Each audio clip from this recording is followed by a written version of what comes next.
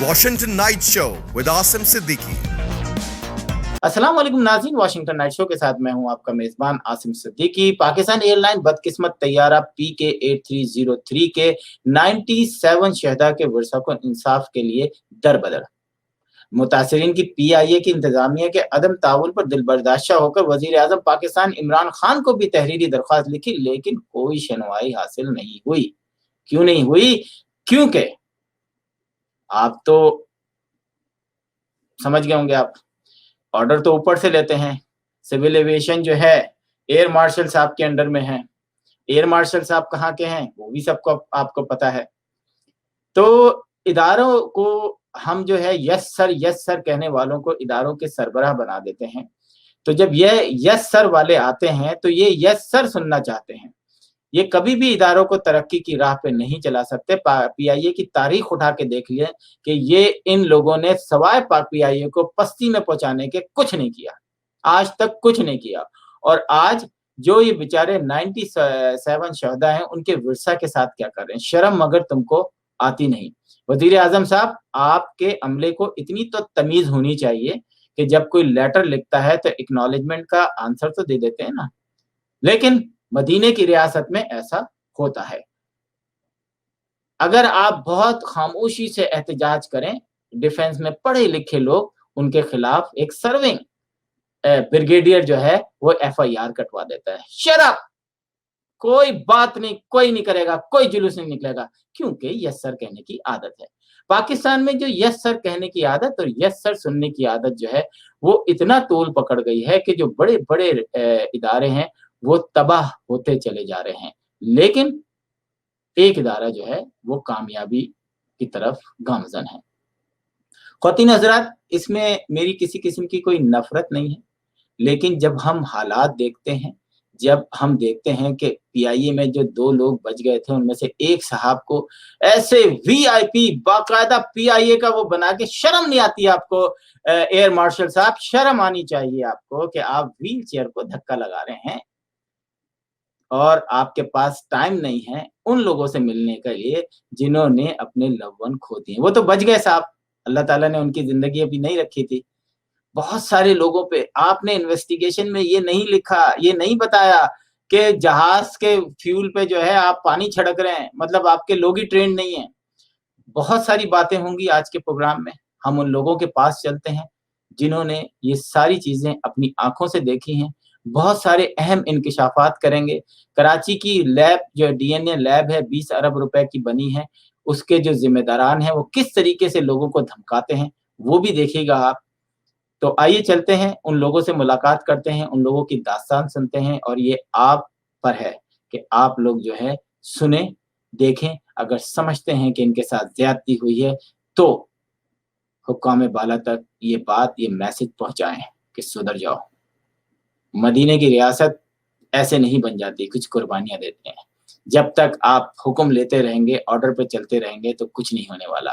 Decision लें इमरान खान साहब, puppet वज़ीर आज़म ना बने। जी नाज़रीन, आइए चलते हैं बदकिस्मत जहाज़ में सफ़र करने वाले किसी का भाई, किसी का बेटा, किसी की बहन, किसी के बच्चे जो हमसे बिछड़ गए हैं, इस दुनिया में नहीं रहे, लेकिन इस दुनिया में ना रहने के बाद जो उनके साथ हो रहा है, उनसे मिलते हैं। सबसे पहले हमारे साथ डॉक्टर अहमद मुर्तज़ा हैं, ईशा अली हैं, डॉक्टर मोहसिन हैं, काशिफ़ अमान हैं, आरिफ फारूकी हैं और काशिफ़ अल्ताफ़ हैं। तो सबसे पहले चलते हैं हम ईशा अली के पास। ईशा, बहुत सारी बातें हो चुकी हैं। हमने 4 महीने में बहुत सारे किस्से सुने हैं, वक़्तन-फ़वक़्तन ऐसी कहानियाँ सुनी हैं जिसमें डिस्क्रिमिनेशन भी हुआ आप लोगों के साथ। आप लोग के साथ जिस किस्म का रवैया रखा गया वो भी बुरा था। मैं चाहूँगा कि इस प्रोग्राम के तवज्जुह से आप अपने जो आपके साथ हुआ वो शेयर करें हमारे नाज़रीन को। जी, जब हमारे साथ ये हादसा हुआ तब तो बहुत बुरी कंडीशन थी हर चीज़ के हवाले से। सबसे पहले तो बॉडी आइडेंटिफिकेशन में बहुत ज़्यादा मसला हुआ, तब तो PIA ने हमारी कुछ हेल्प नहीं की और मीन्स के 8 दिन मेरी बहन थी इसमें। वो पाकिस्तान की तीसरी बड़ी एम्ब्रियोलॉजिस्ट थी। लेकिन PIA ने हमें कुछ भी इस चीज़ में सपोर्ट नहीं किया, ना बॉडी ढूँढने में, ना किसी भी चीज़ के। प्लस जब लगेज पे अगर बात आती है तो लगेज के लिए जब उन्होंने हमें बुलाया तो उसका सामान बस ऐसे ही रखा हुआ था, जैसे जैसे हमारे पास रेंजर्स की लिस्ट आई थी, उसमें से 50 उन्होंने कहा था कि हमारे पास सामान है, 50 बैग है और कुछ इस तरह का सामान था। लेकिन जब हमने सामान उसमें से देखा तो जब उन्होंने हमें सामान के लिए बुलाया तो वो तो तकरीबन मेरे ख्याल से 3 से 4 फैमिलीज का सामान था, वो पूरा कंप्लीट सामान भी नहीं था। और प्लस जब मैं तीसरी बार उनके पास गई हूँ तो मुझे अपनी बहन का मोबाइल मिला था, जिसमें उसकी सिम चल रही थी, मोबाइल भी अच्छी कंडीशन में था, मीन्स के इतना जला हुआ नहीं था वो मोबाइल। लेकिन और उसने जो मोबाइल रखा हुआ था वो अपने हैंड बैग के छोटे वॉलेट के अंदर रखा था। तो आप समझे कि जब वो मोबाइल बच गया तो वो बैग और वो सब चीजें कैसे, मीन्स के मोबाइल उसके अंदर से बाहर तो नहीं आ सकता ना, लेकिन फिर भी वो मोबाइल बच गया, वो बैग कहाँ गया, उसमें उसका आईडी कार्ड था, एटीएम, बहुत सारी चीजें उसमें थी, लेकिन वो सब चीजें उसमें नहीं थी। फिर जब मैंने पीआईए वालों से सवाल किया कि आपको ये मोबाइल कहाँ से मिला या ये इसका बैग कहाँ है या ऐसा कुछ कहाँ है, तो उन्होंने बोला कि ये हमें नहीं पता। फिर एक लैपटॉप मैंने उस पर क्लेम किया था, तो जब लैपटॉप मैं उनको लिख कर आ गई थी सीरियल नंबर के, ये जी हमारा लैपटॉप है, ये मैंने आइडेंटिफाई किया है, तो जब मैं सेकंड डे थर्ड डे उनके पास गई तो उन्होंने वो वहां से मिसिंग था, वो वहां पे लैपटॉप नहीं था। तो वो कह रहे हैं कि जी हमें पता ही नहीं है, हालांकि मेरे पास उसकी पिक्चर भी मौजूद थी मेरे सेल फोन में। और जब मैंने उनको वो दिखाई तो उन्होंने सब उस पर जो है मना कर दिया कि जी हमें नहीं पता, ये हम देखते हैं, और ये मीन्स उन्होंने साफ इस चीज पर मना कर दिया।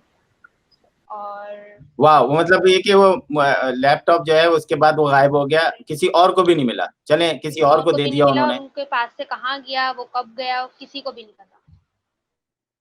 चले अच्छा, नाज़रीन मैं आपको बताता चलूँ कि हमने काफ़ी आरिफ साहब और जितने भी यहाँ पे बैठे हैं लोग, उनको उनके ज़रिए हमें वक़्तन-फ़वक़्तन पूरे 4 महीने में एग्ज़ैक्ट सूरत-ए-हाल पता चल रही थी। तो हमने वक़्तन-फ़वक़्तन जो है वो इन इन खबरों को जो है अपडेट किया और देखते रहे कि सूरत-ए-हाल क्या है। मैं समझता हूँ कि अगर आप लोग मुत्तहिद रहें, तो शायद आप लोगों को चेंज लगे कि आ रहा है। लेकिन हमारी बदकिस्मती ये है कि हम लोग आप ही लोगों में से ना आप लोगों को तोड़ने की कोशिश की जाएगी। आरिफ साहब को बताया जाएगा, मोहसिन साहब को बोला जाएगा जी आप इतने ले लें, आप हमारे साथ आ जाएँ। पाकिस्तान की बदकिस्मती यही रही है कि जब भी बड़े-बड़े वाक़यात हुए हैं, लोगों डिवाइड एंड रूल वाला जो है वो किया, जिसमें असल हकीकत जो है वो फिर ख़त्म हो जाती है और यही वजह है कि पीआईए भी जो है आज भी वही पीआईए जो कि 20 साल पहले भी चल रहा था। तो मैं आऊँगा डॉक्टर अहमद मुर्तज़ा के पास, हमारे साथ मौजूद हैं, इनके साथ भी बहुत बड़ी ट्रेजेडी हुई और ट्रेजेडी के बाद जो इनके साथ हुआ, मैं समझता हूँ वो भी इनके लिए बहुत बड़ा एक अलमिया होगा कि उसको किस तरह फेस किया होगा इन्होंने, कि मतलब अपनी आँखों से वो सारी चीज़ें सुन ली उन्होंने जो कि दूसरों के लिए वो सुनते थे। डॉक्टर अहमद मुर्तज़ा साहब। जी, बहुत शुक्रिया। देखिए मैं अगर तफ़सील तो मैं जाना ज़रा मुश्किल होगा, लेकिन मैं सिर्फ़ टू द पॉइंट बात करता हूँ। जब ये हादसा हुआ है इसमें मेरे बड़े भाई लाहौर से जब ट्रैवल किए तो उनको एक नई जॉब मिली थी एमजी मोटर्स में, उसके लिए गए थे। तो जब ये हादसा हुआ तो मेरे वालिद कराची में थे, तो उन्होंने सबसे दूसरे नंबर पे डीएनए अपना सैंपल जमा करवाया कराची यूनिवर्सिटी में। जब वो डीएनए का सैंपल जमा हुआ तो कोई उसके मुतालिक कोई इन्फॉर्मेशन नहीं मिली कि भाई कितना टाइम लगेगा, क्या होगा। हम लोग खामोशी से बैठे रहे, मैं उस वक़्त आइलैंड में था। फिर मुझे तकरीबन 3 जून को जो एक लाहौर से एक टीम बनी थी और उसको लीड कर रहे थे डॉक्टर खुर्रम, उन्होंने मुझे फ़ोन करके बताया कि यार आपके वालिद का जो डीएनए सैंपल है, वो किसी भी बॉडी से मैच नहीं हुआ है। उन्होंने मुझे इसलिए बताया क्योंकि वो पहले आइलैंड में थे, तो वो किसी ने मुझे बताया था कि आप इनसे राब्ता करें, तो उन्होंने मुझे खुद फ़ोन करके ये कहा, वर्बली बताया। कराची यूनिवर्सिटी की तरफ से या कोई ऐसी कोई गवर्निंग बॉडी नहीं थी या रिस्पॉन्सिबल कोई इदारा नहीं था जो कि आप जिससे कॉन्टैक्ट कर सकें। तो उस वक़्त ये बहुत बड़ा प्रॉब्लम था। तो ख़ैर जब ये अपने कहते हैं पापा का सैंपल गया है, 3 जून को मुझे वर्बली बताया गया कि जी डीएनए मिला ही नहीं है, किसी भी बॉडी से मैच नहीं हुआ। लेकिन उसी दिन की सुबह जो लवाहिकीन की फैमिलीज थी, खासतौर में आरिफ फारूकी ने जब इनिशिएट लिया तो बाकी लोग उनके साथ मदद की है, तो उन्होंने आके पापा का सैंपल लिया दूसरा और वो लाहौर फॉरेंसिक लैब में भेजा है और उसकी रिपोर्ट उसी दिन शाम को आई है कि बॉडी नंबर 112 से आपके वालिद का डीएनए मैच कर गया और उस पर बाकायदा एक प्रोफेशनलिज्म नजर आता है उनकी रिपोर्ट में कि जिसपे उन्होंने बताया कि हमने बॉडी का सैंपल कहाँ से लिया है, हमने कौन सी मशीन में एनालाइज किया है और क्या क्या उसकी एक पेज की रिपोर्ट है लेकिन उस पर हर चीज टू द पॉइंट लिखी हुई है, बहुत प्रॉपरली लिखी है।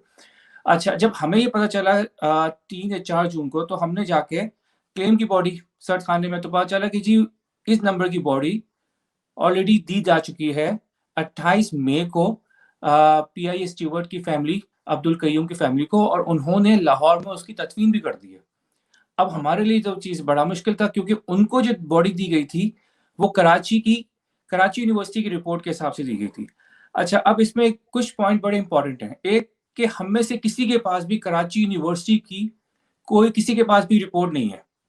किसी ने भी ये नहीं कहा कि भाई हमारे पास ये रिपोर्ट है। लाहौर फॉरेंसिक की उनके पास ना सिर्फ रिपोर्ट सबके पास है, जो इदारा है उसने बड़े प्रोफेशनली डील किया। उन्होंने मुझे तस्वीरें भी भेज दी कि भाई ये तस्वीरें।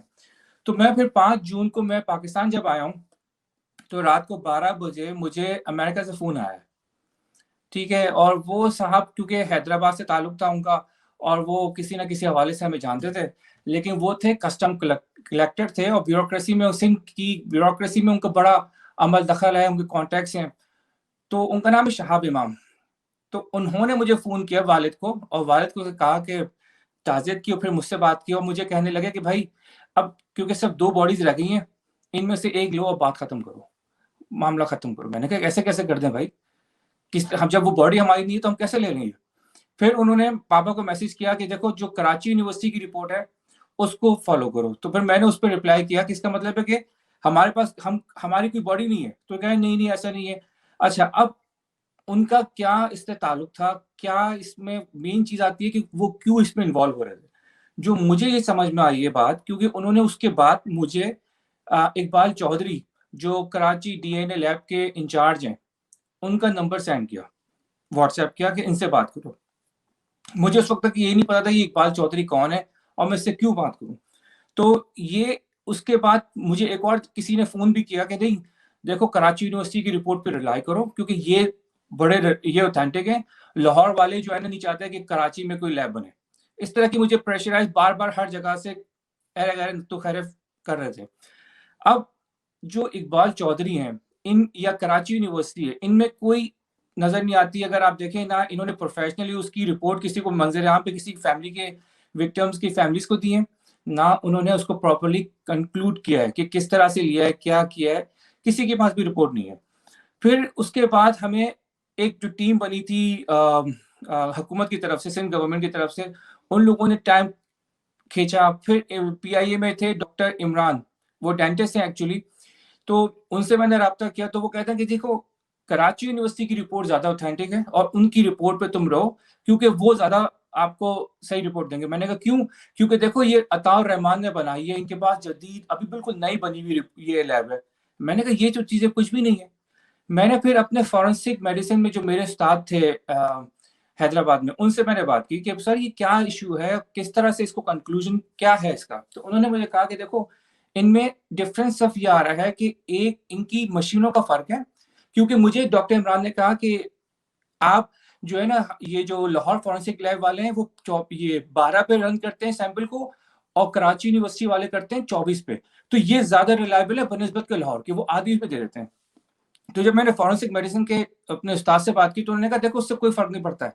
एक तो मशीनों का फर्क है, दूसरा अगर वो 6 पे भी सैंपल अगर आपका मैच हो जाए तो वो रिपोर्ट कंफर्म है। तो इस तरह से उन्होंने उलझाने की कोशिश की, जो कि अपने कहते हैं जो सिर्फ या तो अताउर रहमान साहब का, ये इकबाल चौधरी और कराची में जो इनके चाहने वाले हैं वो उनका नाम यूज कर रहे थे कि भाई हमें इम्प्रेस किया। मुझे कहा बार कहा जा रहा है कि जी कराची यूनिवर्सिटी की इसलिए रिपोर्ट अच्छी है क्योंकि ये लैब अताउर रहमान साहब ने बनाई है, जबकि ऐसा कुछ भी नहीं था। तो ये टेक्निकल चीजें थी जिसको मैंने खुद पर्सनली जाके लोगों से पूछ पाछ के कंफर्म किया कि क्या सही है।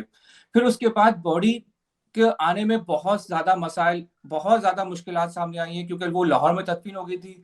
जो दूसरी फैमिली है वो ताउन करने के लिए तैयार नहीं थी, क्योंकि जो ये सिर्फ मेरे साथ नहीं हुआ है, बाकी और भी फैमिलीज थी जिनके साथ ये इश्यूज हुए हैं कि उनकी जो बॉडीज है किसी को किसी के हवाले कर दी है, लेकिन उसमें दोनों जो फैमिलीज थी वो आपस में ताउन कर रही थी।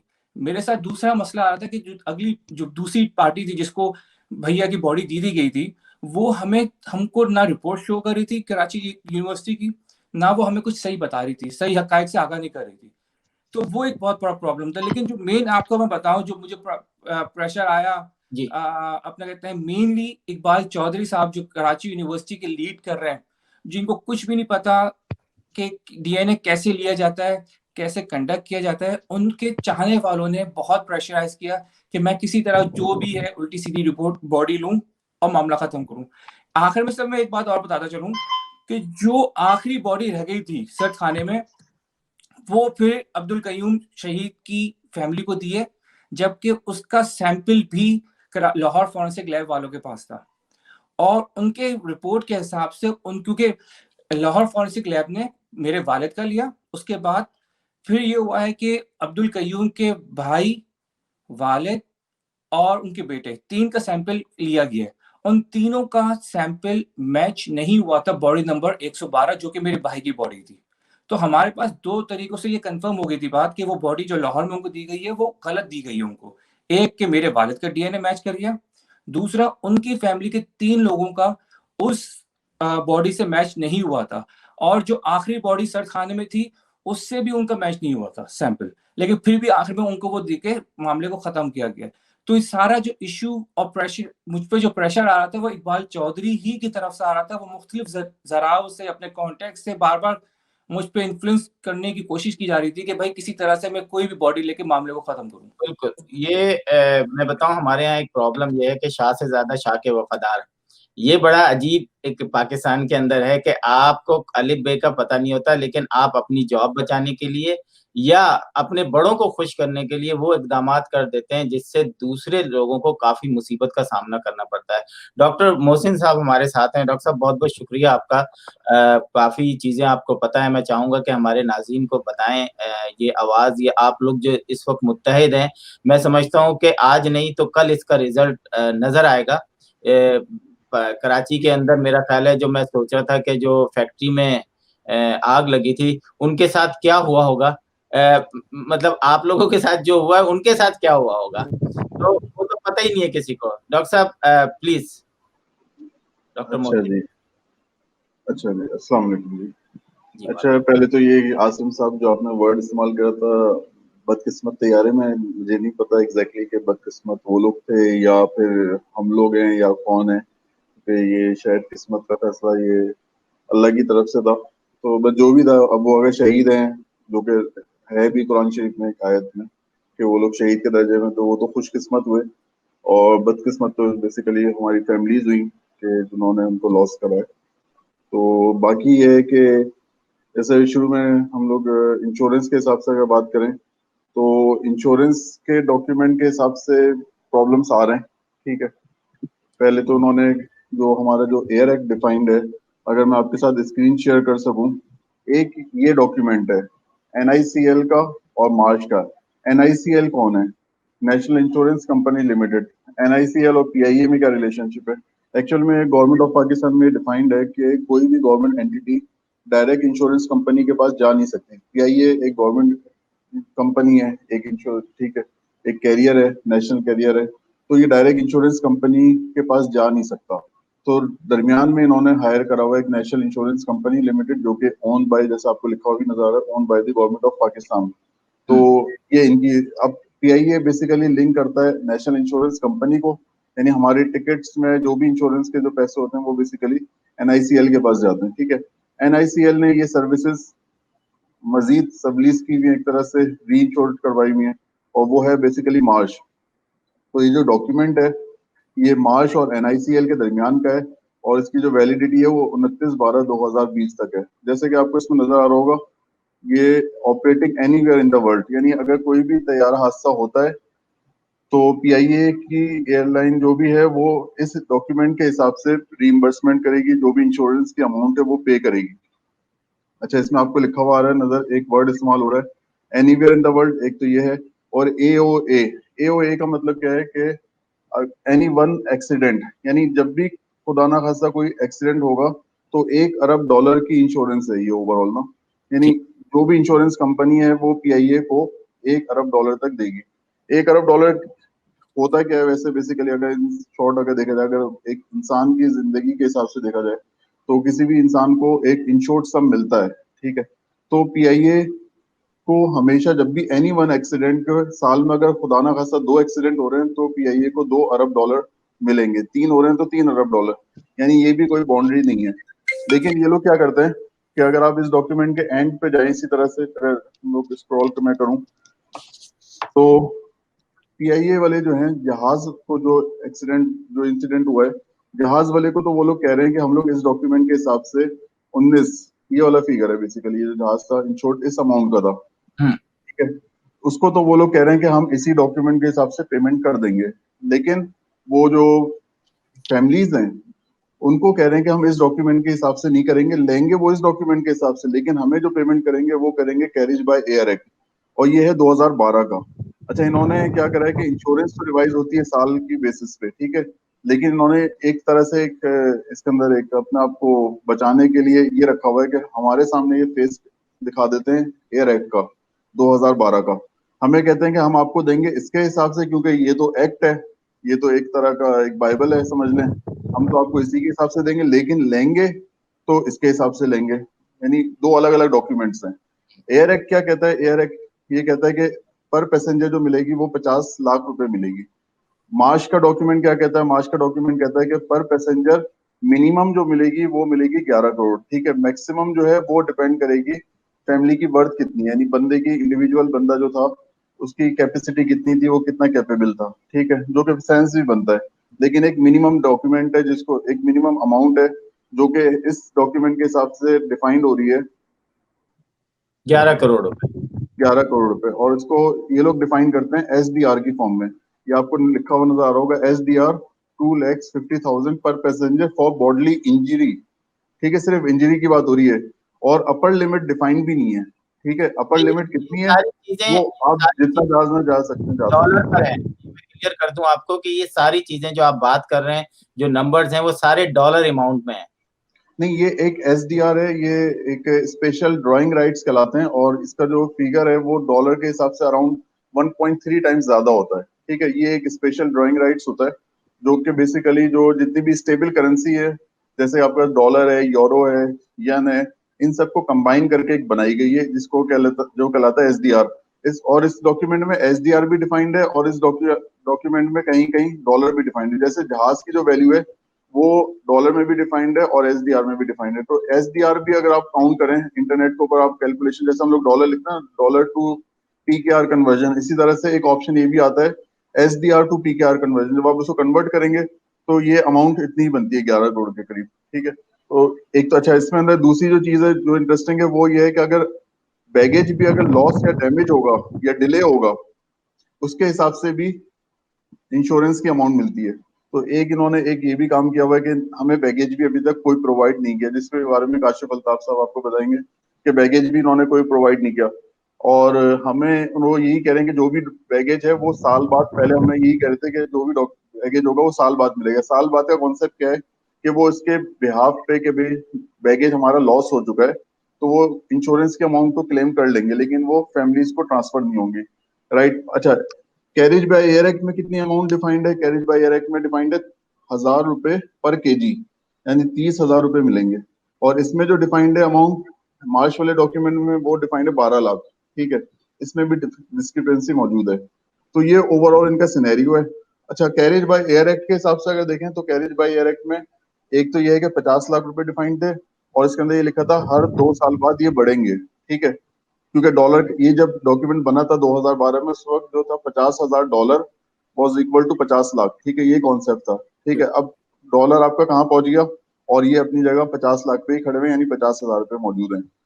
अच्छा, अब इसमें इंक्रीमेंट भी नहीं हुआ, तो उसको तो अभी जैसे उन्होंने कहा अरशद मलिक साहब ने कि भाई ये बढ़ के जो है ये 1 करोड़ तक कर देंगे, ठीक है। तो ये तो उन्होंने बेसिकली इसकी कंपनसेशन कर दी 2012 से लेकर 2020 तक की। इस डॉक्यूमेंट, चले 1 करोड़ की तो बात होगी। अच्छा, इसी डॉक्यूमेंट में दूसरी बात भी डिफाइंड है कि ये जो 1 करोड़ की अमाउंट है, ये फर्स्ट इंटरिम अमाउंट है, ठीक है। फर्स्ट इंटरिम अमाउंट किसको कह रहे हैं कि लेट्स सपोज बहुत सारे इस हादसे में ऐसे फैमिलीज हैं जिनका कमाने वाला चला गया, ठीक है। अब केस अगर करेंगे तो केस चलने में तकरीबन हो सकता है 5 साल चले, 10 साल चले, तो वो फैमिलीज क्या करें। तो ये एक इंटरिम अमाउंट है जो कि विदाउट एनी केस ये बाउंड है फैमिलीज को देने के लिए, ठीक है। वो जो भी अफेक्टेड फैमिलीज है उनका काम बनता है कि ये उनको दे दें विदाउट एनी लीगल डॉक्यूमेंटेशन। अब ये लोग क्या करना चाह रहे हैं, ये लोग कह रहे हैं कि आप हम लोग 1 करोड़ देंगे, लेकिन, और इस डॉक्यूमेंट में कहीं पे भी ये बात नहीं लिखी, ये कह रहे हैं 1 करोड़ देंगे लेकिन आप एक आरडीए का डॉक्यूमेंट साइन कर दें जो कि कहलाता है release deed agreement. Release deed agreement क्या है कि आपने किसी का कत्ल कर दिया और कत्ल करने के बाद आप कह रहे हैं कि मैं 1 करोड़ दे रहा हूँ, अब इसके बाद मुझसे कभी मांगना नहीं। लेकिन ये बात कहीं पे इस डॉक्यूमेंट में डिफाइन नहीं है, ठीक है। इस डॉक्यूमेंट में 2 कॉन्सेप्ट है, first tier 1 compensation and tier 2 compensation. Tier 1 compensation किसको कह रहे हैं कि एक करोड़ की जो अमाउंट है वो तो आप दे दें एज इट इज। बाकी जो टीयर 2 की जो कंपनसेशन होगी वो डिपेंड करेगा जब फैमिली कोर्ट में जाएगी, कोर्ट में जाके अपना केस प्रेजेंट करेगी और ये शो करेगी कि हमारे जो डिसीज पर्सन था उसकी फैमिली वर्थ इतनी थी। लेट्स सपोज वो 11 करोड़ निकलती है, 15 करोड़ निकलती है। जैसे एयर ब्लू के बहुत सारे फैक्ट्रीज के केस अभी तक चल रहे हैं, उन्होंने जो अमाउंट क्लेम की हुई है 22 करोड़, 25 करोड़ की है। जाहिर सी बात है डिपेंड करेगा क्वालिफिकेशन कितनी थी, एज कितनी थी, और ये तमाम मैटर्स सॉर्ट आउट। यानी अब जैसे फॉर एग्जाम्पल आरिफ फारूकी साहब की फैमिली है, इनके तो बेचारे की 18 साल की जो इन्वेस्टमेंट थी वो सारी की सारी खत्म हो गई ना। अब क्या ये दोबारा जिंदगी जीरो से स्टार्ट करें? इस तरह से बहुत सारी फैमिलीज हैं। तो जैसे नौशीन साहिबा की फैमिली, इनकी कमाने वाले चले गए और 2 बच्चे हैं, तो अब ये किस तरह से गुजारा करेंगे? 1 करोड़ में अगर गुजारा हो सकता है तो कोई करके दिखा दे, अपने 20 साल गुजार के दिखा दे तो बात है।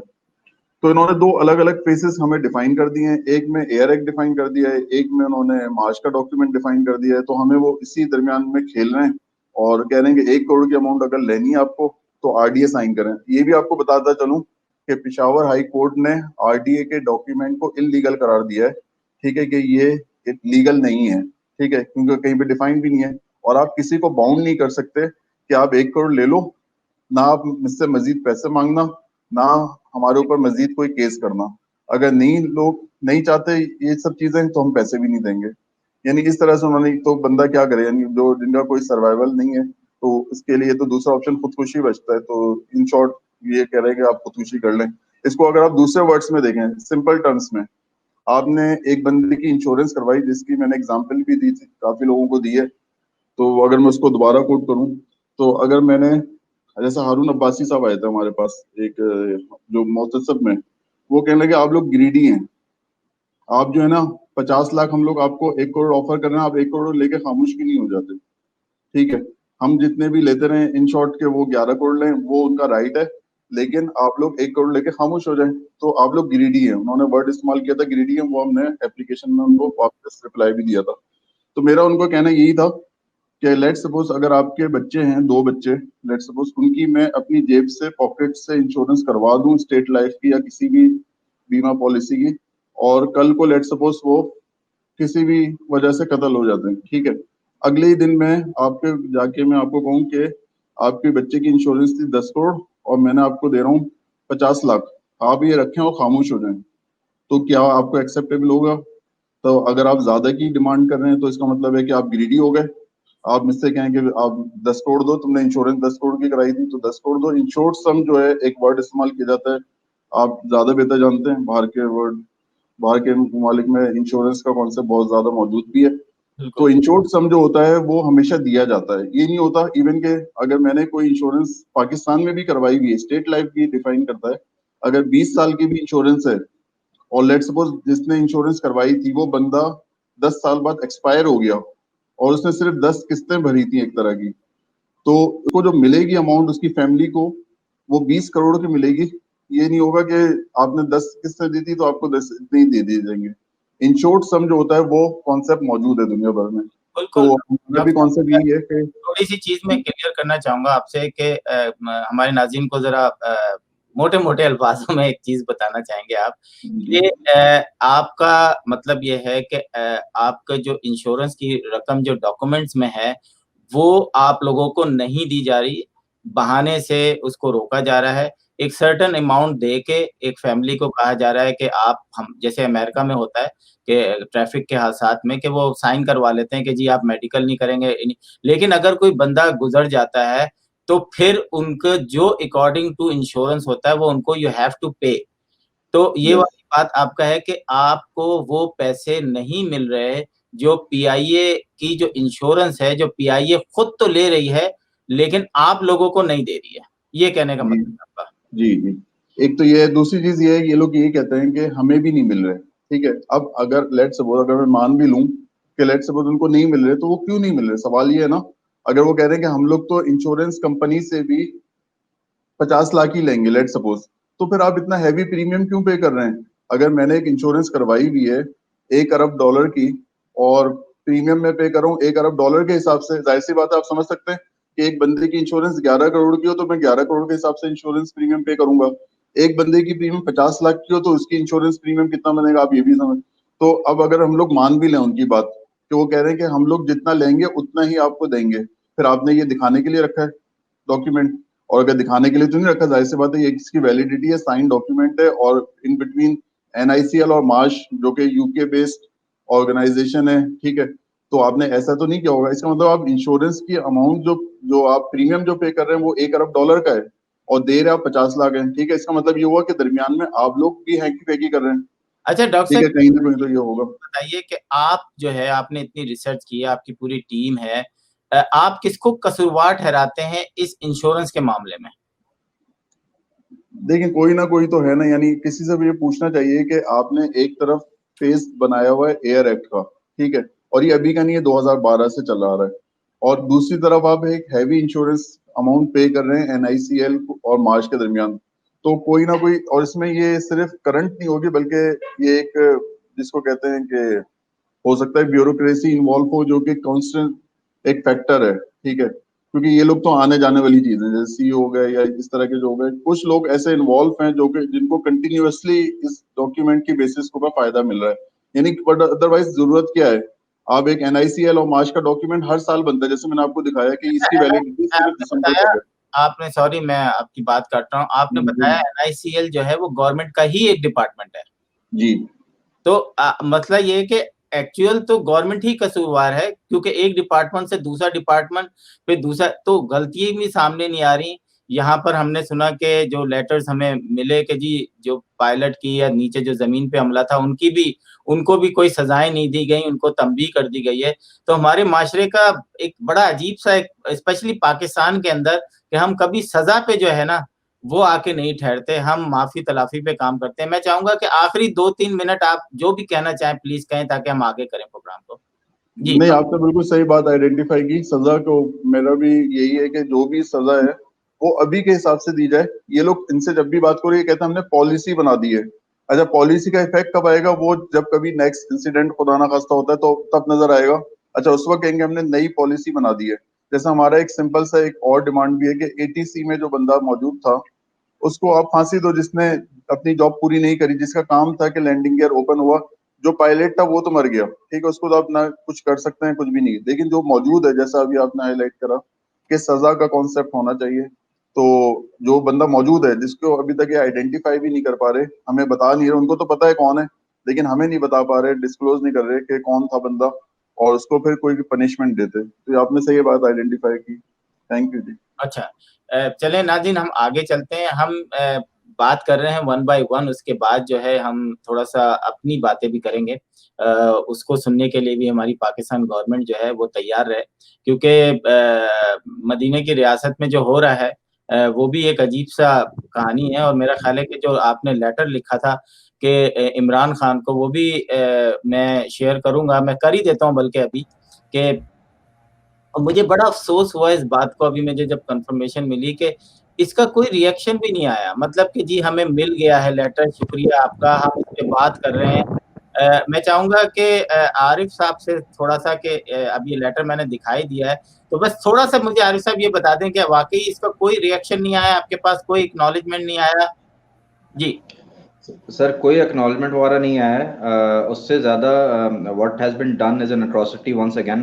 अभी आप देख रहे होंगे न्यूज़ ट्रेंडिंग वगैरह में जा रही है कि मसूद साहब जो हैं, वो जो एक सर्वाइवर थे, वन ऑफ द सर्वाइवर्स, उनके ऊपर एक पूरी पीआर कैंपेन बनाई गई है, ठीक है ना, बाकायदा शूट किया गया है, उस पर पीआईए का लोगो लगाया गया है, and Dev actually used it, ठीक है ना। और उसके अंदर एक कहते हैं एयर मार्शल जो है, he is pushing that wheel chair. Now how blatantly commercial can you get, ठीक है ना। और एक चीज, हम लोग यहाँ बैठे हुए हैं, हम कब से इंतजार कर रहे हैं कि यार हम किसी तरीके से कांटेक्ट हो जाए आपके इनसे, अरशद मलिक से।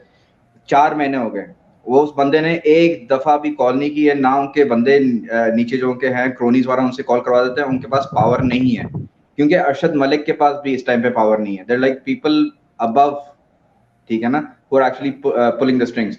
तो again as you said, action वगैरह तो अभी कोई नहीं होना है इनके खिलाफ, because we are up against forces, we can not actually go up against. अच्छा, चलें इस पे भी हम बात करेंगे। काशिफ अल्ताफ साहब बहुत गहरी सोच में बैठे हुए हैं, मुझे लग रहा है आप भी कुछ हमें ऐसी इंफॉर्मेशन देंगे।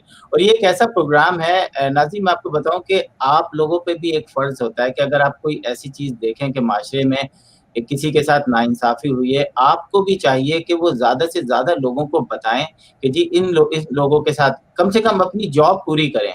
लेकिन हम आंख बंद कर लेते हैं, हम चाहते हैं कि जी पाकिस्तान की बदनामी होगी। इससे कोई पाकिस्तान की बदनामी नहीं होगी। दुनिया के अच्छे कंट्रीज जो हैं वो अपनी बातें डंके की चोट पर करते हैं, चाहे वजीर आजम हो, चाहे मिनिस्टर हो, किसी ने भी कोई गड़बड़ की हो, वो उसकी वजह यह है कि उनको सीखने का मौका मिलता है, नए लॉज बनते हैं। लेकिन हमारे यहाँ बदकिस्मती यह है कि हम हर चीज दबाने के चक्कर में रखते हैं कि दब जाए। जी काशिफ अल्ताफ साहब। सर मेरी आवाज आ रही है? जी सबसे पहले तो आपका शुक्रिया कि आप ने हमारी आवाज सुनने के लिए अपना टाइम निकाला।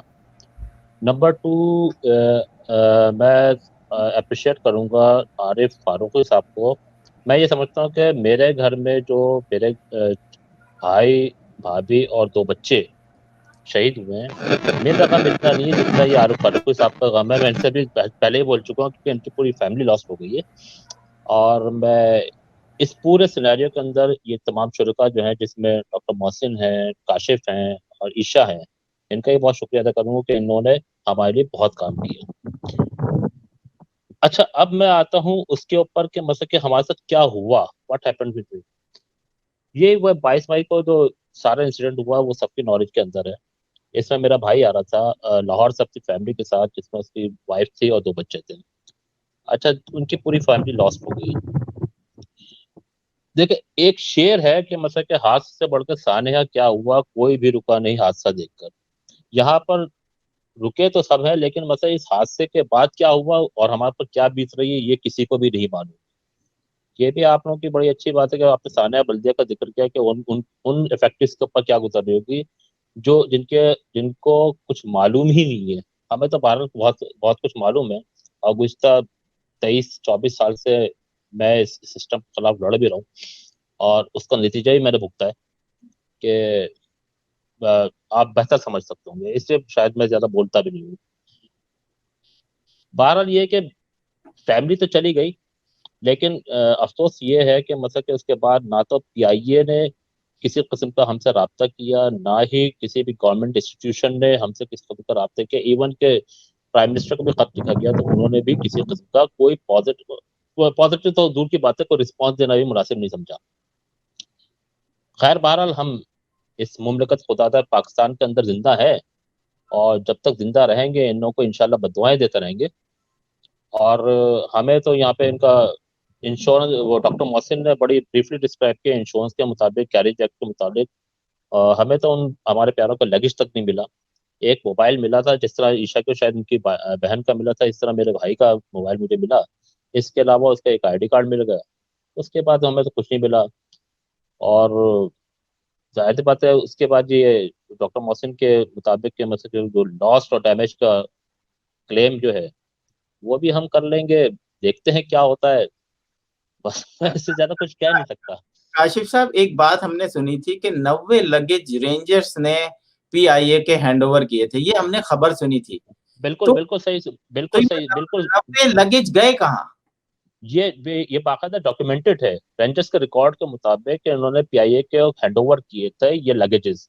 अच्छा, उसके अंदर से हमें बिल क्या आ रहा है? सिंपल से, या तो किसी की अंगूठी मिल रही है, किसी की एयर रिंग नहीं मिल रही है, किसी का मोबाइल मिल रहा है, या किसी की घड़ी मतलब कि मेरी फैमिली, 4 लोगों की फैमिली जो आ रही थी, वो जाहिर सी बात खाली हाथ नहीं आ रही होगी। बिल्कुल, वो 8 बैग तो बड़े होते हैं, जो क्योंकि हम भी ट्रैवल करते हैं, हम भी जब भी पाकिस्तान जाते हैं, तो हम ऐसा नहीं है कि 8 बैग लेके भी जाते हैं, 8 बैग लेके भी आते हैं। तो बिल्कुल। वो एक नॉर्मल सी हम लोगों की एक वो होती है कि जब नहीं, अगर हम कहीं जाते हैं तो शायद 1 बैग लेके जाते हैं, लेकिन जब कहीं से वापस आते हैं शायद 3 बैग वापस लेकर आते हैं। स्पेशली अच्छा, नहीं, ये फैमिली डॉक्यूमेंट के साथ था वो जी, सॉरी, आप कुछ कह रहे थे कि आप 4 लोगों के फैमिली मतलब 4 लोगों के बैग लेके आया था, मतलब कि मुझे तो सिंगल बच्चों के मतलब सिंगल शू भी नहीं मिले ना। मत- मैं मैं डिस्क्राइब नहीं कर सकता। मैंने तो बच्चों के देखा है जिस हाल में उनका डीएनए के हवाले से किया मतलब ये सारी गुफ्तगू तो बहुत हो चुकी है ना। डॉक्टर मोहसिन भी कर चुके हैं, आरिफ फारूकी भी कर चुके नहीं, हैं, नहीं, ईशा भी कर चुके हैं, सब लोग। बहुत बहुत ही मैं प्रोग्राम के आखिर में पीआईए वालों को कुछ बताऊंगा। आप ये मत समझें कि ये जो टीम इस वक्त काम कर रही है, ये आप लोग लगे रहें। आपको मैं बताऊं, अभी और भी बहुत प्रेशराइज किया जाएगा। हमारे हमारे यहाँ एक सितम यह है, मैं आपको मतलब हम भी कोई चीज खबर देते हैं, हमें पाकिस्तान से इनडायरेक्टली तौर पे कुछ चीजें आती हैं कि जी ये ना करें, तो हम जो है उसको अच्छा करने के बजाय उसको वहीं रोक देते हैं। और आप जैसे लोग जो है ना, वो माशरे की जो अच्छाइयाँ होती हैं ना, उसके बाइस बनते हैं। हो सकता है कि आप लोग कुछ ना कर सकें, लेकिन शायद आप लोगों ने इतनी आवाज उठाई है कि उनको अपना सिस्टम चेंज करना पड़े। आगे आने वाले दिनों में जो है वो सिस्टम अच्छा हो। काशिफ अमान साहब आने से पहले मैं डॉक्टर अहमद मुर्तजा कुछ कहना चाह रहे हैं। काशिफ साहब, मैं आपके पास आता हूँ, 1 मिनट, ये बिल्कुल। मुर्तजा साहब कुछ कह रहे हैं जी। जी, बहुत शुक्रिया। मैं सिर्फ एक चीज के इजाफा करना चाहूंगा। देखें, एक तो हमारा साथ जो हुआ है, जो मेन पॉइंट जहां हम सब लोगों ने तकलीफें झेली हैं, वो झेली थी डीएनए की रिपोर्टिंग, जो कराची यूनिवर्सिटी ने प्रॉब्लम किया। हम लोग चीखते रहे, चिल्लाते रहे, मसाइल कहते रहे कि देखो, एक कराची यूनिवर्सिटी ने मसला पैदा किया है, और ये तमाम आला हुकाम को पता है, चाहे वो प्रेसिडेंट ऑफ पाकिस्तान हो, चाहे वो प्राइम मिनिस्टर हो, हर लेवल के लोगों को पता है। इकबाल चौधरी और कराची यूनिवर्सिटी वालों ने ये डीएनए में मिसहैप किया है, सबको पता है, लेकिन कोई उसको सुधारने के लिए तैयार नहीं है। अभी कुछ अरसे पहले मरवा बच्ची के साथ जो रेप हुआ और उसकी बॉडी का डीएनए, यहाँ मैं आप बताऊं कि उसका डीएनए के लिए भी उनको मसले पैदा हुए हैं कि वो कराची यूनिवर्सिटी की बजाय उन्होंने लम्स में भेजा है, जामशोरों में डीएनए के लिए। उसके बाद सुना है कि वो उन्होंने भेजा है लाहौर में। तो इकबाल चौधरी और कराची यूनिवर्सिटी पे ये रिलायबल डीएनए लैब नहीं है, ये सिर्फ रिसर्च लैब है। आप इस चीज को भी मैं यहाँ पे बताता हूँ कि ये देखें, इनके ऊपर बिल्कुल रिलाई ना करें कि इनकी रिपोर्ट ऑथेंटिक होगी। इनको कंडक्ट करना आता ही नहीं है। डीएनए कैसे लिया जाता है, कैसे रिपोर्ट बनाई जाती है, और कैसे उसको अनाउंस किया जाता है, इनके पास कोई इंफॉर्मेशन नहीं है। तो ये भी एक बहुत बड़ा कल्प्रिट बंदा है इकबाल चौधरी। इसके ऊपर अभी कुछ अर्से पहले एक स्टूडेंट ने खुदकुशी की थी इसकी, जिसके ऊपर उसने हरासमेंट का भी इल्जाम है। तो ये सब चीजें में ये बंदा इन्वॉल्व है, और इसी बंदे ने फिर मुझे प्रेशराइज किया, मेरी फैमिली को प्रेशराइज किया, भाई कोई भी बॉडी ले उठा के खत्म करें। तो जहां हम लोगों ने अब जो चीजें फेस कर रहे हैं, वहां ये चीज भी बहुत इंपॉर्टेंट है कि लोगों को पता चले कि कराची यूनिवर्सिटी के अंदर जो डीएनए लैब है वो फेक है। वो ठीक है, उनके अंदर आलात अच्छे होंगे, लेकिन उनको चलाने वाला, उनको उनकी रिजल्ट बनाने वाला कोई प्रोफेशनल नहीं है वहाँ पर। मुझे बड़ा अफसोस हुआ आपने जो ये बात की, मुझे निहायत ही शदीद मतलब मुझे एक तरह से गुस्सा भी आ रहा है कि जो शख्स आपसे इस तरह की बात करे वो कैसे इदारा चला सकता है। शर्म आनी चाहिए उनको। कि मैं अपने प्रोग्राम के, और ये मैं कोशिश करूंगा कि उन तक बात पहुंचाऊं कि आपको शर्म आनी चाहिए कि आप अपना काम, ये आपका मसला नहीं है कि बॉडी कबूल करो या नहीं करो। आपका मसला है कि आपने एक रिजल्ट दिया है। अब वो हुक्मरान जो भी वहां पे काम कर रहे हैं, उनका मसला है कि वो बॉडी दें नहीं दें, क्या करें। आपका जो काम है वो ये नहीं है कि लोगों को हरासा करें कि जी आपने कबूल करें नहीं करें, खत्म करें। ये सारी बातें आपकी नहीं है। काशिफ साहब, सॉरी, बारी आते आते बहुत टाइम लग गया, लेकिन मैं चाहूंगा नहीं, नहीं, कोई मसला नहीं। हम बहुत इंफॉर्मेटिव हम प्रोग्राम सर, कर रहे हैं। तो अस्सलाम वालेकुम। खान साहब से बात करूंगा कि जी आप बताएं कि आपका क्या रहा इन 4 महीनों के साथ। इन 4 महीनों में हमने जो भुगता है, वो सर काशिफ एक साहब, आपका नाम और काशिफ अमान, मैं काशिफ काशिफ अमान। से बात कर रहा हूँ, सॉरी। आप अस्सलाम किससे बात वालेकुम। करना चाह रहे थे? जी हेलो, काशिफ साहब, अस्सलाम वालेकुम। जी, आवाज़ आ रही है आपको? जी आ रही है। अच्छा, तो मैं ये बताना चाहूँगा 4 महीने में तो हम बहुत मतलब कि कोई यहाँ पे कोई सुनने वाला कोई नहीं है। हुआ यही है कि बस बैगेज के इशू में भी ये मसला है जो पहले बता चुके हैं कि बैगेज भी किसी को कोई नहीं मिला है। और इवन हमें अब तो हमारी मदर इसमें शहीद हुई थी, शहनाज परवीन नाम है उनका। तो उनका सिर्फ ये हमें एक सिंपल सा मोबाइल मिला था, जबकि और कोई मतलब बैगेज में आगे जो आइडेंटिफाई किया है रेंजर्स ने, रेंजर्स की प्रॉपर लिस्ट आई है जो लगेज की जो उन्होंने हैंड ओवर किया है। और रेंजर्स के हमारे कर्नल शब्बीर हैं, उनसे हमारी बात भी हुई थी। तो वो तो ये कह रहे हैं हमारे पास पूरा प्रॉपर रिकॉर्ड है जो पीआईए के रिप्रेजेंटेटिव ने उसको रिसीव किया है, लेकिन वो हमें मतलब देने को तैयार नहीं है। वो ये कह रहे हैं कल को मुझसे कोर्ट अगर पूछती है तो फिर मैं ये है कि आइडेंटिफाई क्या उन्होंने सामान दिया क्या है। आगे प्रॉपर उन्होंने लिस्ट उसके हैंड ओवर की है और रिसीविंग भी उनके पास अवेलेबल है। तो इट मीन्स के पीआईए जो है बस सिर्फ देना नहीं चाह रही है सामान ना। अब वो क्या रीज़न है उसके पीछे, वो या तो जैसे डॉक्टर मोहसिन ने बताया कि उसका कोई क्लेम वगैरह बनता है शायद 12-13 लाख रुपए का, तो वो क्लेम के उसमें ये तो नहीं देना चाह रहे हैं। अच्छा, मेन जो है मैं तो इन्वेस्टिगेशन रिपोर्ट का मैं बताना चाहूँगा आपको कि जो एयरक्राफ्ट इन्वेस्टिगेशन बोर्ड इसमें जो बनाया गया था, तो उसमें हमने पहले भी ये कहा था कि इसमें अफेक्टीज में से ना 2-3 लोगों को रखा जाए, जबकि ऐसा नहीं हुआ उस टाइम पे ना। तो इसके 4-5 मेंबर्स थे जो एयरक्राफ्ट इन्वेस्टिगेशन बोर्ड है, इसमें मेन तो इनके हेड थे एयर कमोडोर मोहम्मद उस्मान गनी। तो और बाकी इसमें कैप्टन तनवीर साहब थे, मलिक मोहम्मद इमरान साहब हैं विंग कमांडर, और एक चौथे साहब थे इसमें नासिर मजीद साहब ना। लेकिन वैसे हमें जो प्रीलिमिनरी रिपोर्ट के बाद आने के बाद जो मकसद हमें इसमें स्कोप जो बयान किया गया है ना, तो उसको आप देखते हुए अगर आप देखेंगे ना तो उसमें स्कोप में क्लियर ये लिखा हुआ है कि ये रिपोर्ट जो है ना वो सिर्फ और सिर्फ इस वजह से दी गई है कि नेक्स्ट टाइम कोई ऐसा इंसिडेंट ना हो ना पीआईए के या किसी उसके ना। तो ये और बाकी है कि इसको आप किसी उसमें नहीं कर सकते कि जैसा अगर कोई इसमें पीआईए के किसी पायलट की या एयर ट्रैफिक कंट्रोलर की या किसी का भी एरर इसमें अगर बताया भी गया है, अगर आपने रिपोर्ट देखी हो, ये रिपोर्ट में आपको वैसे वो शो नहीं कर सकता इस टाइम पे, या अगर आपके पास अगर अवेलेबल है तो शो कर। हेलो, आप स्क्रीन अगर शेयर कर लें या आप मुझे बाद में भेज दीजिएगा। हाँ वैसे लोगों ने देखी है, काफ़ी लोगों ने इसको रिपोर्ट को देखा। इसका स्कोप जो है ना उसमें ये है कि आप जो है इसको चैलेंज नहीं कर सकते कहीं रिपोर्ट को ना किसी कोर्ट में या किसी इसमें। और जबकि इसके जो है उस्मान गनी साहब से मेरी बात भी हुई थी, तो वो ये कह रहे थे कि इसको कोई एक्शन अगर ले सकते हैं ना तो वो डीजी सिविल एविएशन है या फिर स्टेट है। हम इसके खिलाफ इन्वेस्टिगेशन बोर्ड जो है ना कह रहा हमको, चलो उनका कहना अपनी जगह सही है कि कोई इसमें एक्शन इन्वेस्टिगेशन बोर्ड का मेंबर नहीं ले सकता जो 4 या 5 इनके मेंबर्स है, लेकिन एटलीस्ट वो इस रिपोर्ट के बिहाफ पे इसमें जो क्लियर मेंशन है इन्वेस्टिगेशन रिपोर्ट में, प्रीलिमिनरी रिपोर्ट ही है लेकिन प्रीलिमिनरी रिपोर्ट में भी है कि इसमें के पायलट की और एयर ट्रैफिक कंट्रोलर की मिस्टेक थी। पायलट की तो खैर इसमें मोस्टली मेजर मिस्टेक है कि उसका जो हाइट थी वो भी सही नहीं था लैंडिंग से पहले, और स्पीड भी इसकी कंट्रोल में नहीं थी।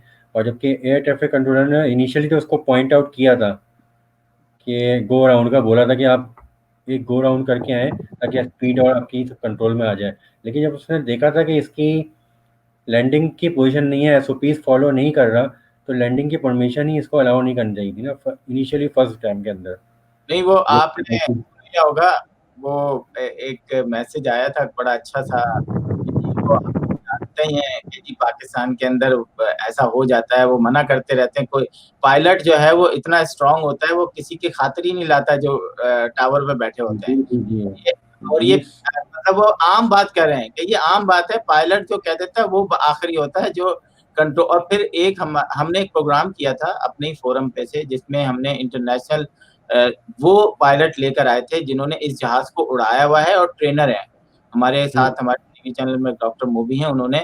और वो मतलब उसने बताया था कि ये जहाज तो इतना स्ट्रांग है कि इसके मतलब एक ही चीज के बाद एक अगर आप मतलब इसके कोई चांसेस नहीं है इस तरह क्रैश होने के लिए।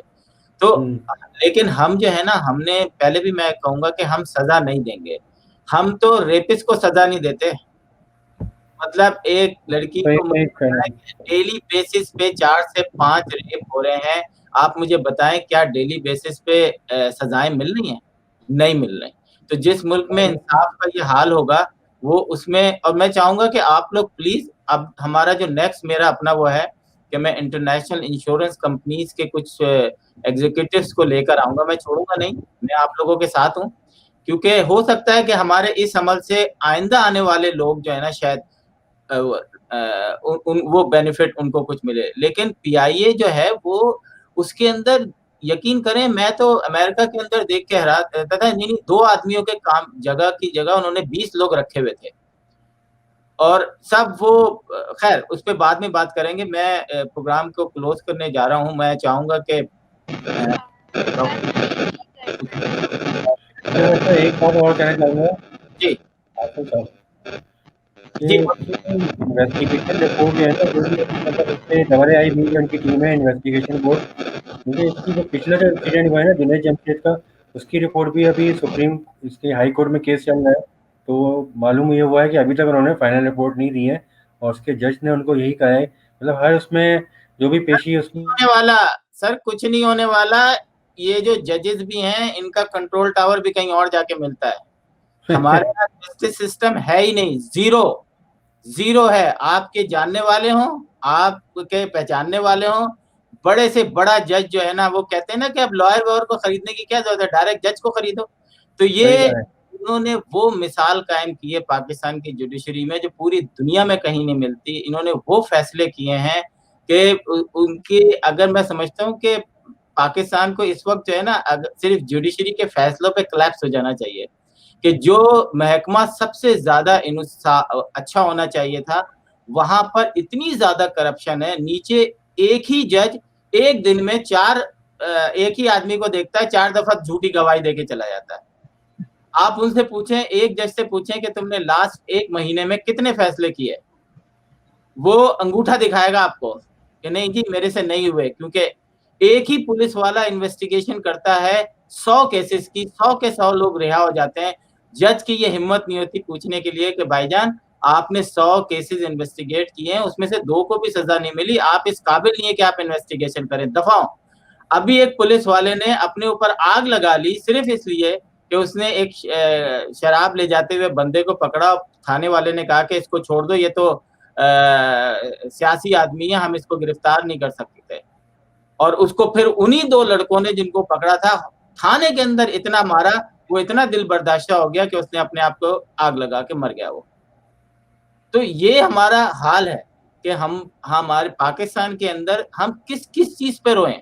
मुझे आप बताएं कि हम साने साहिवाल पे रोएं या जो अभी हादसात हुए हैं, जो रेप केसेस हुए हैं, डे बाय डे आपको ऐसे केसेस मिलेंगे जहां सिर्फ एक इदारे की वो मिलेगी, जुडिशरी।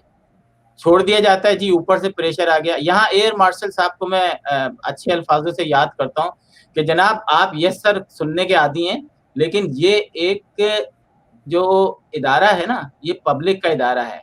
यहाँ आप यस सर के अलावा नो सर भी सुन सकते हैं। लेकिन हमारी बदकिस्मती ये है कि आप जैसे लोग हमारे सरों पे, हमारे इदारों पे बैठ के इदारों का भी बेड़ा गर्क करते हैं।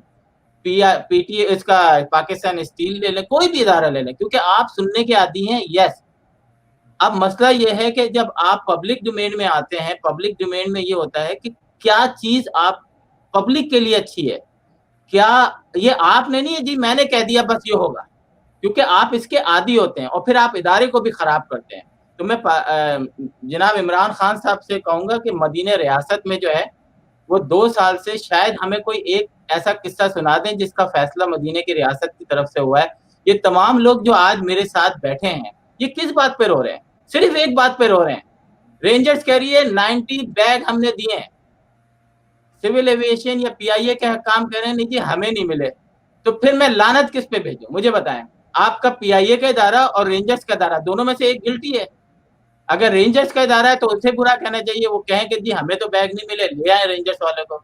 अभी इन्होंने बताया कि ब्रिगेडियर साहब ने उनको खुद बताया कि जी हमने हैंडओवर किए हैं और हमारे पास प्रूफ है।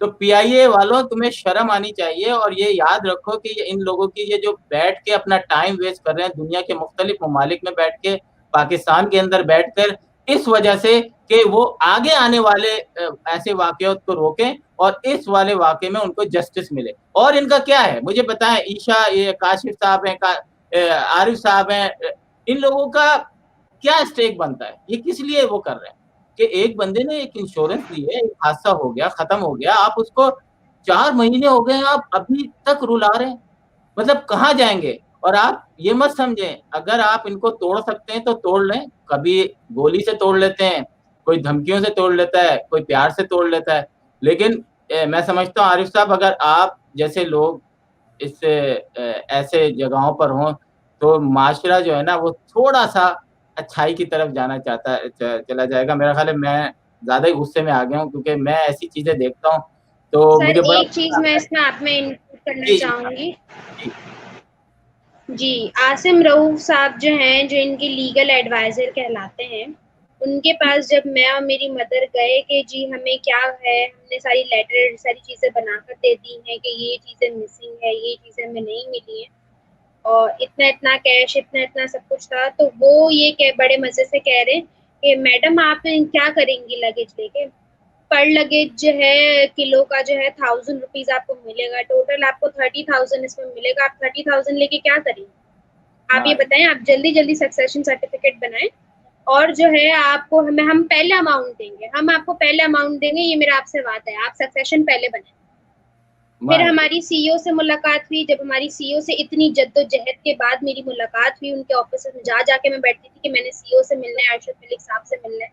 बड़ी मुश्किल से जो है तकरीबन 2.5 से 3 महीने बाद मुझे उनसे मुलाकात जब करवाई गई, तो उन्होंने जो है ये कहा कि जी सॉरी, मैं आपको इग्नोर कर रहा था क्योंकि मेरे पास जो है देने के लिए कोई जवाब नहीं है, क्योंकि मैं मानता हूँ ये ह्यूमन एरर था, लेकिन मैं क्या कह सकता हूँ, पायलट मर गया, सब कुछ हो गया, मैं कुछ कह नहीं सकता।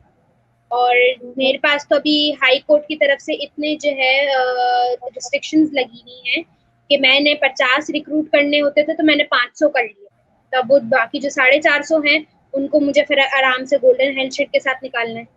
तो बाकी जो है मैं क्या कर सकता हूँ, हम तो आपसे ज्यादा गरीब हुए हैं, मीन्स के उन्होंने हमने ऐसा रियलाइज करवाया कि हम ये जहाज हमने गिराया है, उन्होंने नहीं गिराया, उनके पायलट की वजह से नहीं गिरा, ये हमारी वजह से जहाज गिरा। उन्होंने हमें इतना, उनके कंपनी के सेक्रेटरी साथ बैठकर सीईओ के वो ये बोलते हैं कि जी आप तो बहुत अमीर हैं, मैं तो बहुत गरीब हूँ, आज मैंने गलती से टाई पहन ली है मैडम, तो इस तरह कहते हैं। माय गुडनेस, मतलब उनके पास किसी भी चीज का, किसी भी किस्म का जवाब नहीं। ईशा, ये वही माइंडसेट है जो आपको कहता है कि जी आपको 1 बजे रात को ड्राइविंग करने की क्या जरूरत थी, ठीक है, अब रेप हो गया तो हम क्या करें, आप 1 बजे रात को क्यों निकले?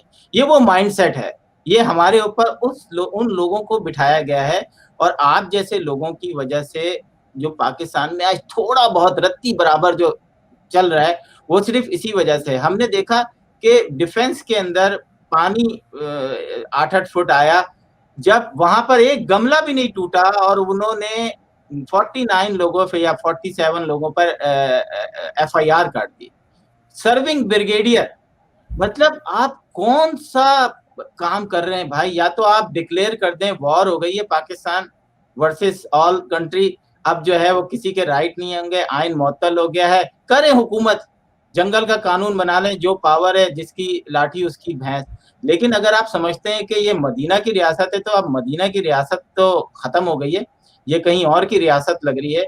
अगर ये कहीं और की नहीं होती तो आज इतने सारे लोग मेरे साथ यहाँ नहीं बैठे होते, क्योंकि पाकिस्तान की मीडिया को इस तरह कंट्रोल किया गया है कि ये सारे लोग, इनके पास एक जेन्युइन प्रॉब्लम है, एक ऐसी प्रॉब्लम है जो इनके साथ हुई है, इन्होंने अपने प्यारों को खोया है, किसकी गलती से खोया है वो भी सबको पता है, लेकिन हमारे जो बड़े बड़े चैनल हैं वो अपना बचाव कर रहे हैं, वो शाह से ज्यादा शाह के वफादार बने हुए हैं, वो इन लोगों से आके नहीं पूछते। मैं अभी देख रहा था एक खबर कि एक मेरा ख्याल है छोटे से न्यूज़पेपर में, लाजिम बात है कि आपका जंग में तो न्यूज नहीं आएगा, लेकिन आप लोगों की जो बातें सुन के तो किसी का भी दिल ये गुजरांवाला का कोई न्यूज़पेपर या रिपोर्ट होगी या कोई अखबार होगा, उन्होंने छापा है, लेकिन किसी ना किसी को शर्म आ जाती है।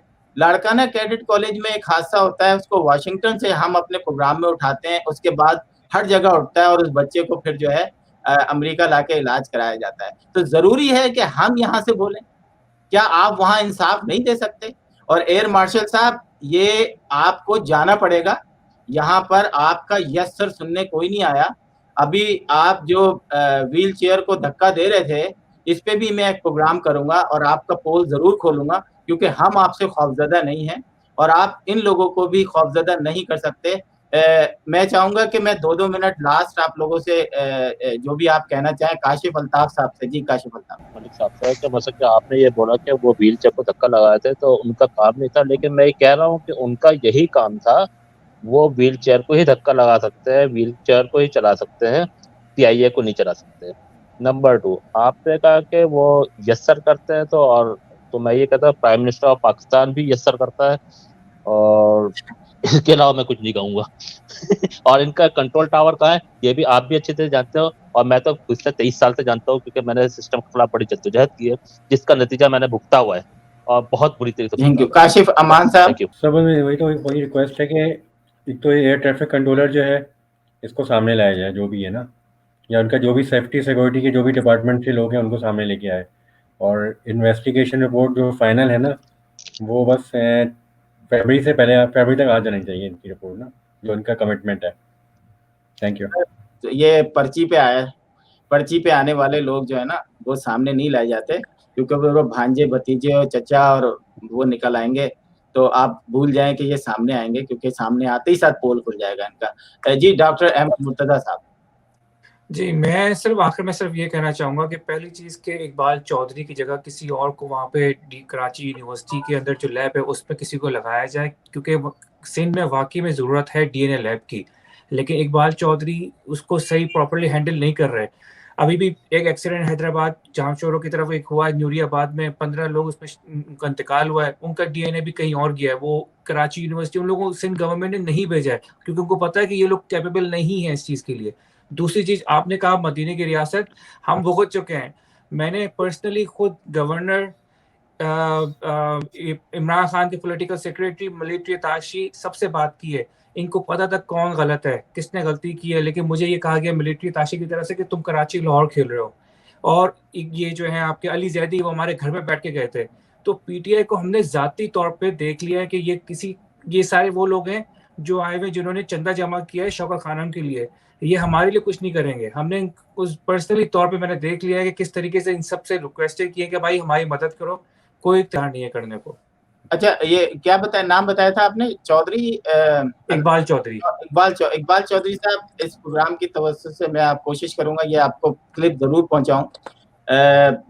मेरे भी बड़े कराची यूनिवर्सिटी में जानने वाले हैं, और आपको डॉक्टर अहमद मुर्तजा को फोन करना चाहिए। उनके पास, आपके पास यकीनन उनका नंबर होगा, उनसे माजरत करनी चाहिए। ये जो बार बार आपकी शिकायत कर रहे हैं ना, उसकी वजह यह है आपका रवैया, कि आपने एक डिपार्टमेंट के हेड होते हुए जो चपरासी का रवैया अख्तियार किया है, या किसी सिपाही का रवैया अख्तियार किया उनके साथ, इस पे इनको अफसोस है, ये बार बार यही बात करते हैं। तो ये भी एक बहुत बड़ी बात है कि आपके रवैये लोगों को कितना हर्ट करते हैं, ये आपको इस क्लिप से अंदाजा हो गया होगा। जी डॉक्टर मोहसिन साहब। अच्छा जी, एक तो ये कि वो जो काशिफ साहब बात कर रहे थे, काशिफ अमान साहब, मैं उस डॉक्यूमेंट को थोड़ा सा दिखा दूं अगर आप कहें तो, जो आप भी कह रहे थे। अच्छा, इसमें ये इन्वेस्टिगेशन रिपोर्ट है जो अभी आई है, प्रिलिमिनरी इन्वेस्टिगेशन रिपोर्ट है। इसमें लिखा हुआ है the sole objective of this safety investigation is the prevention of accidents. इसका मतलब है फ्यूचर की बात हो रही है। And incidents of similar nature, it is not the purpose of this safety investigation to apportion blame और लाइबिलिटी। इसका मतलब है कुछ होने वाला भी नहीं है, ठीक है।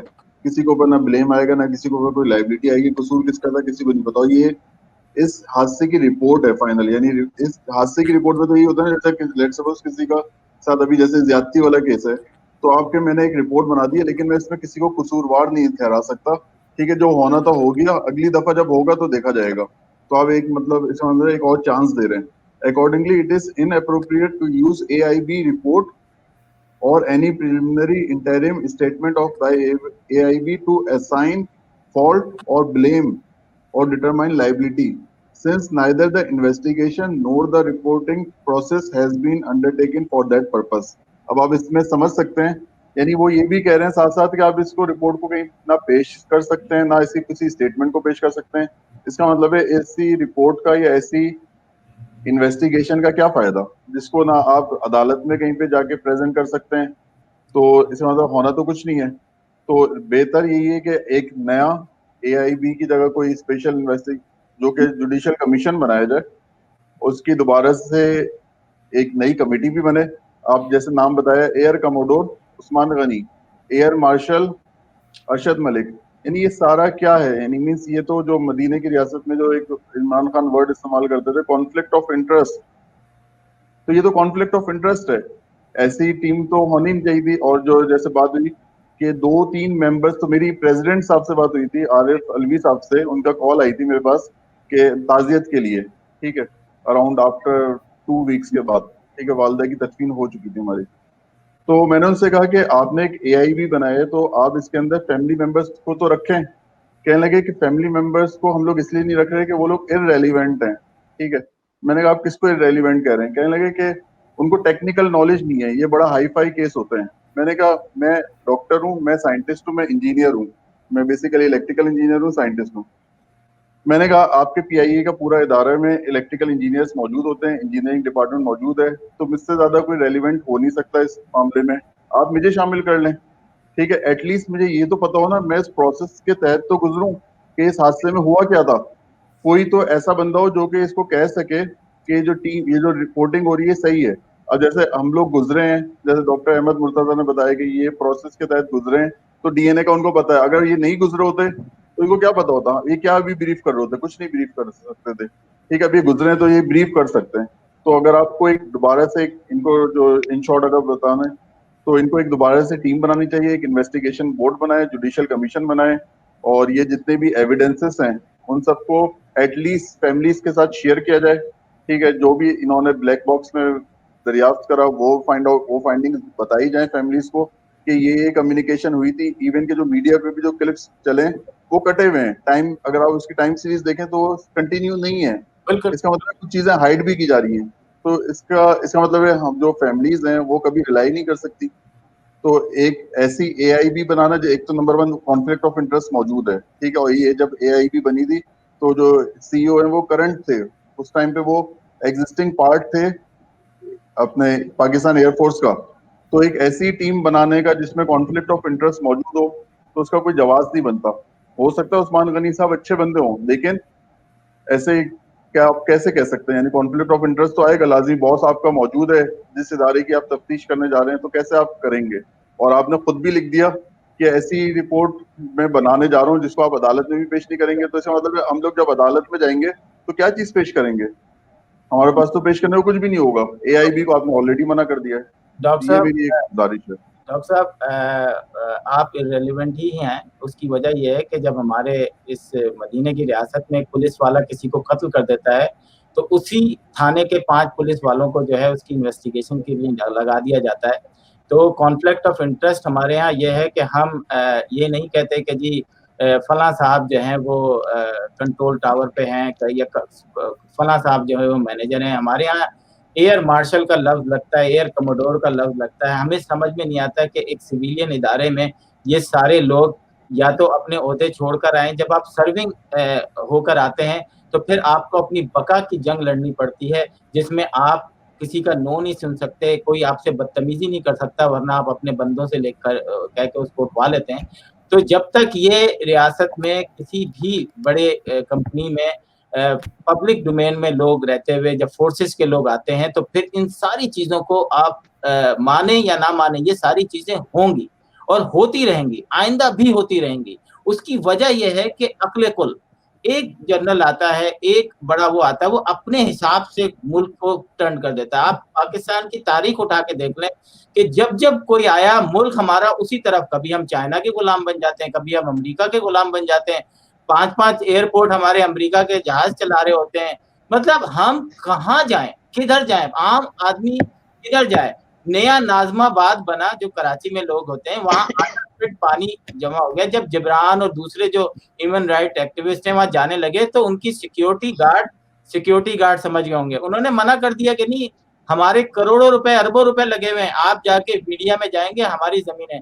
आपने मंगोपीर झील में चाइना कटिंग कर दी है, फेडरल गवर्नमेंट इन्वॉल्व है, लोकल गवर्नमेंट इन्वॉल्व है, सोचें कि झील सूखने के बाद उसको कटिंग करके, लेकिन हम अपनी गलती थोड़ी मानेंगे।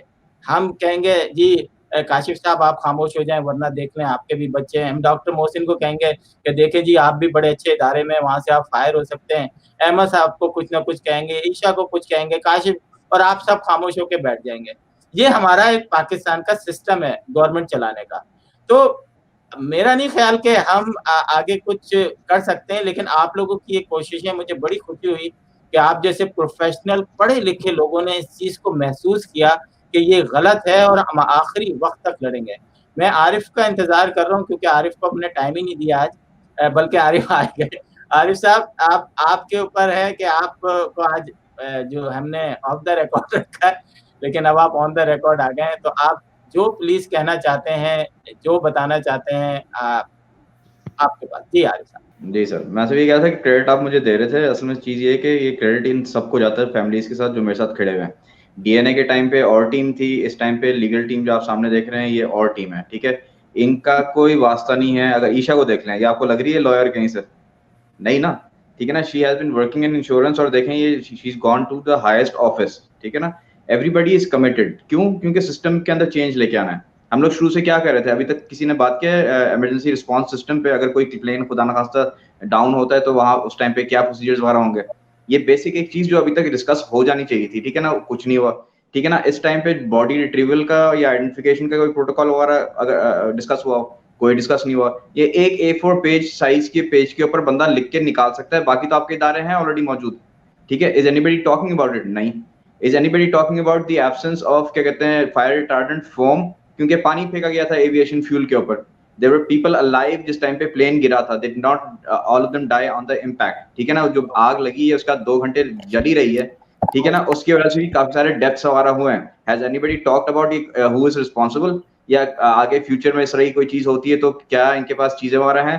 Has anybody talked about the height restrictions का जो मसला हुआ है आपके मॉडल कॉलोनी में? नहीं, क्योंकि वहां 80 to 90% serving and retired PIA के पर्सनल हैं। वही कह रहा ना, ये घटमट सारे एक दूसरे के साथ जुड़े हुए हैं, ठीक है ना। And it's corruption all over the place, ठीक है ना। And it is being controlled by the elites, ठीक है ना। मैं इलीट्स की आपको ज्यादा बेहतर पता होगा, यू बीन इन लाइक वो मीडिया वाली चीज, because there is only one force that can stop Imran Khan from acting, ठीक है ना। जिस टाइम पे डीएनए का इशू आ रहा है, मतलब वो बंदा है उसकी मतलब अंदर दिल है, ठीक है। इस तरह नहीं है कि वो नहीं कर सकता था। He could not because he was stopped. Simple सी चीज है। अब ये आप कह रहे हैं कि हम लोग आवाजें निकाल रहे हैं और वो कोई सुनेगा नहीं। देखें, मैं आपको एक चीज बताता हूँ। देखें, अभी जो कुछ आप देखें ना एविएशन के अंदर जो हिलजुल आप देख रहे हैं, that is because we decided to raise our voice. अगर आप डीएनए की चीज भी देखें, जो मावरा वाला केस हुआ, अभी रेप केस वगैरह इनसे नहीं हो रहा था, तो पंजाब फोरेंसिक भेज रहे हैं। क्यों? क्योंकि हम लोग पूरे पाकिस्तान में वो अवेयरनेस फैला दिया कि यार ये डीएनए का इतना कोई बड़ी रॉकेट साइंस नहीं है, एंड यू हैव एन इदारा over here which can actually work, ठीक है ना। अब यहाँ पे अब बेचारे जो गरीब मरे हैं बस के अंदर, उनके तो पीछे हम जैसे लोग नहीं है ना कि जाके उनके साथ लड़के उनको वहां भिजवाएं। उनके साथ भी यही होगा, वो 2 नंबर ठप्पे लगाएंगे, इधर उधर बॉडीज देंगे, वो कहेंगे गरीब बंदे, उनको क्या है, ऑलरेडी जा चुके हैं, लाइक डेड, ठीक है। They don't care. वही कह रहा ना कि देयर इज नो रियासत मदीना तो बहुत दूर की बात है, नहीं आ सकती यहाँ पे। नहीं आरिफ साहब, अभी जैसे आपने बताया डीएनए कराची का जो है 20 अरब रुपए 20 अरब रुपए इस पे खर्च हुए हैं। कहाँ गए? कोई पूछने वाला नहीं है, कोई उसको सर्च देखने वाला नहीं है। और फिर आपने जो अभी एक चीज बताई कि एयरपोर्ट इतने करीब था, चलें अगर ये कराची के बीच में कहीं गिर जाता जहाज तो हम कहते कि यार वो फायर ब्रिगेड आने में टाइम लग गया, या वो पानी इसलिए फेंका कि हमारे पास कुछ है। ये तो एयरपोर्ट के ही हदूद में था। ये वो इलाका है जो कि पीआईए ने एक इलीगल, कह लें कि ये पीआईए की जमीन थी, उन्होंने अपने ही लोगों को जो है अंदर खाते बेच। असल में सीए, हाँ, CA is responsible for all leasing out all land. वो आगे लीज आउट किए हैं आपके सिंध बिल्डिंग कंट्रोल अथॉरिटी को।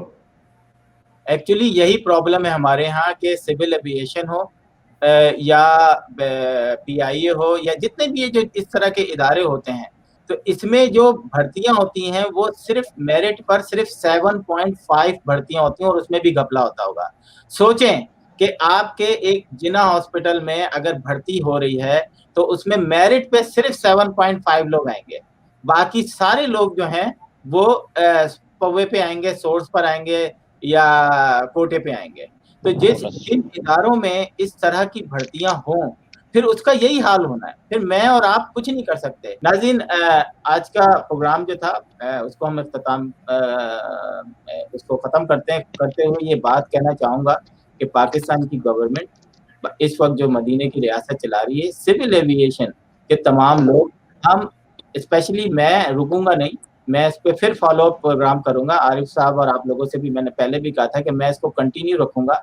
मैं कम से कम ओवरसीज पाकिस्तानियों को ये बात बताऊंगा कि जिस पाकिस्तान में तुम लोग पैसा खर्च करते हो, जिस पाकिस्तान में तुम लोग बिजनेस करते हो, वहां पर इंसाफ नहीं मिल रहा, आवाज उठाओ। शायद मुझे जहां मौका मिलता है मैं आवाज उठाता हूँ। ओवरसीज पाकिस्तानी किसी भी मुल्क की जान होते हैं, लेकिन हमारे मुल्क में उनको ट्रैश समझा जाता है, समझ रहे हैं, और यही वजह है कि आज PIA के वो लोग जो अपनी जिंदगी से हार चुके हैं, उनके लवाकिन को इतना तंग किया जा रहा है कि वो इंटरनेशनल टीवी पर आकर अपनी आवाज उठा रहे हैं, लेकिन पाकिस्तान के अंदर सुनने वाला कोई नहीं है। इन्हीं अल्फाजों के साथ आप सबका बहुत बहुत शुक्रिया कि आप सब हमारे प्रोग्राम में आए और अपनी अपनी राय दी, और इंशाल्लाह हम फॉलो अप प्रोग्राम फिर करेंगे, देखेंगे। हो सकता है प्राइम मिनिस्टर आपसे कांटेक्ट करें कि जनाब बंद करें, या फिर कोई और आपसे कांटेक्ट करे कि बंद करें। तो मुझे लगता है कोई और का लफ्ज मैंने जो इस्तेमाल किया आप समझ जाएंगे। तो अल्लाह ताला जो है आप सबको जो हिफ्ज़ अमान में रखे। आसिम सिद्दीकी को इजाजत दीजिए। खुदा हाफिज।